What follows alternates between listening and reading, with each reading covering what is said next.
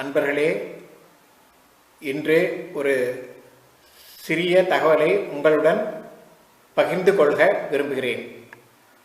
நாம் எல்லோரும் மார்கழி மாதத்தை பற்றி கேள்விப்பட்டிருக்கிறோம்.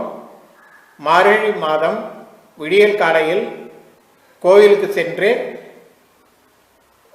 இறைவனை வணங்குவதை நமது முன்னோர்கள் ஒரு பழக்கமாக வைத்திருந்தார்.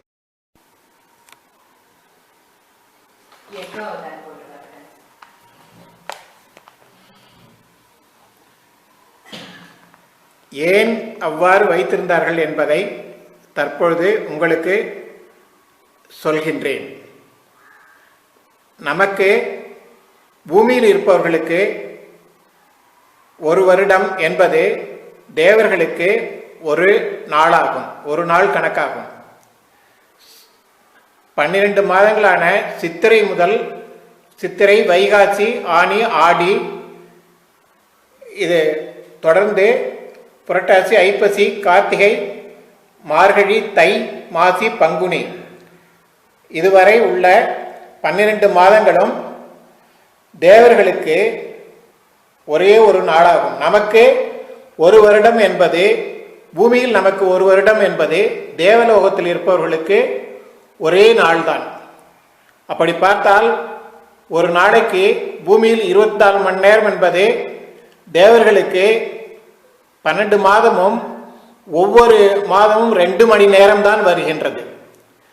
அதை தான் நான் உங்களுக்கு இப்பொழுது இந்த சார்ட் மூலம் காண்பிக்கின்றேன்.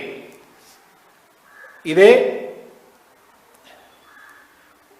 பூமியில் ஒரு வருட காலத்துக்குள்ள மாதங்களை போட்டிருக்கின்றேன். அதே பக்கத்தில் தேவலோகத்தில் அந்த காலகட்டத்தில் எவ்வளவு நேரம் என்பதையும் குறிப்பிட்டிருக்கிறேன்.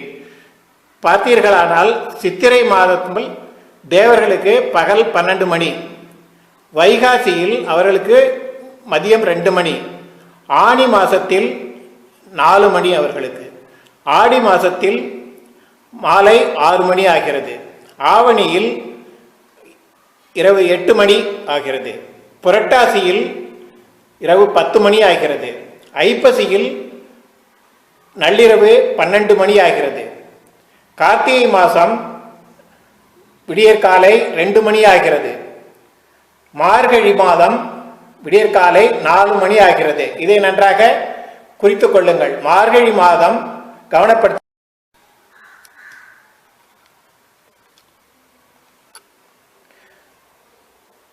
மார்கழி மாதம் விடியற்காலை அவர்களுக்கு 4 மணி ஆகிறது தேவர்களுக்கு. தை மாதம் பூமியில் நம்ம இருப்பவர்களுக்கு 6 மணி ஆகிறது, அவர்களுக்கும் தேவர்களுக்கும் 6 மணி ஆகிறது. மார்கழி, தை இந்த 2 மாதமும் தேவர்களுக்கும் நமக்கும் ஒரே நேரமாகிறது.